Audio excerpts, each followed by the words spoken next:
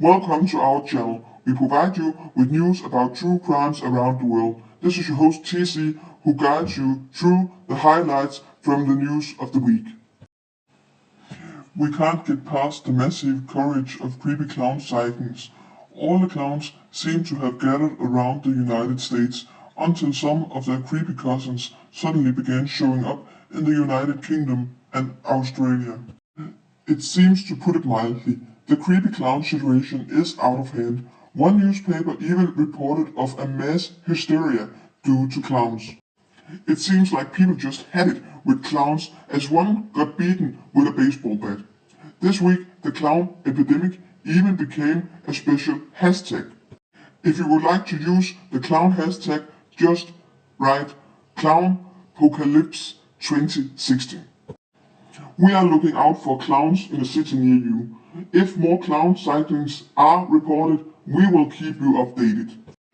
Stephen Avery made headlines in December last year as Netflix provided us with their series called Making a Murderer. But Mr. Avery once again made it to the headlines of the news as his now former fiancée Lynn Hartmann went on the Dr. Phil show.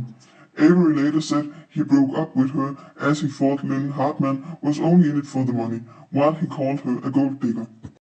Stephen Avery made another headline this week as he told if Hollywood ever wants to make a movie about him, he wants Brad Pitt to play him. Interesting choice and very interesting insight into the mind of Mr. Avery. Serial killer Stephen Port made it to the headlines a couple of times this week.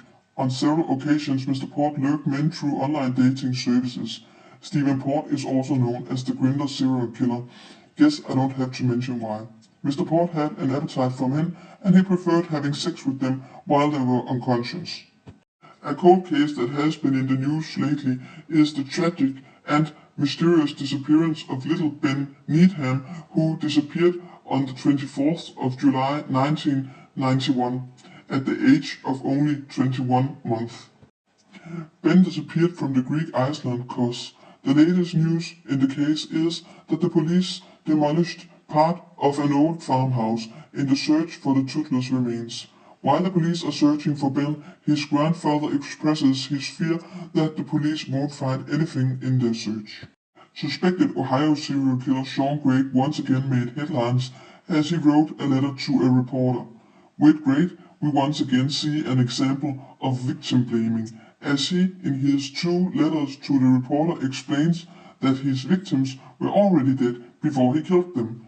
In his opinion, the minds of his victims were dead. Besides, he provided his letters with several Bible verses.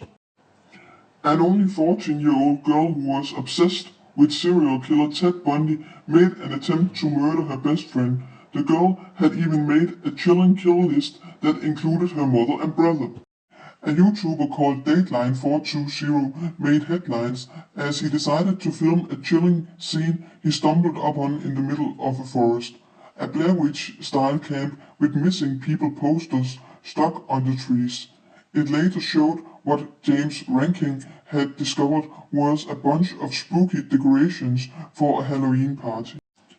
The very short news. We will keep this minimal as we know most of you are sick and tired of hearing about her, and we all know she makes headlines all the time. Heaven knows why. She makes it into the news that often. But this time, Kim Kardashian finally found herself in, I guess, an unwanted headline as she got robbed in Paris. This was the headlines of the week. We have one more headline of this week, but this needs a video on itself as we will roast that son of a bitch. Stay tuned to learn more about the case. For more information about each case, look in the description and find links to the articles.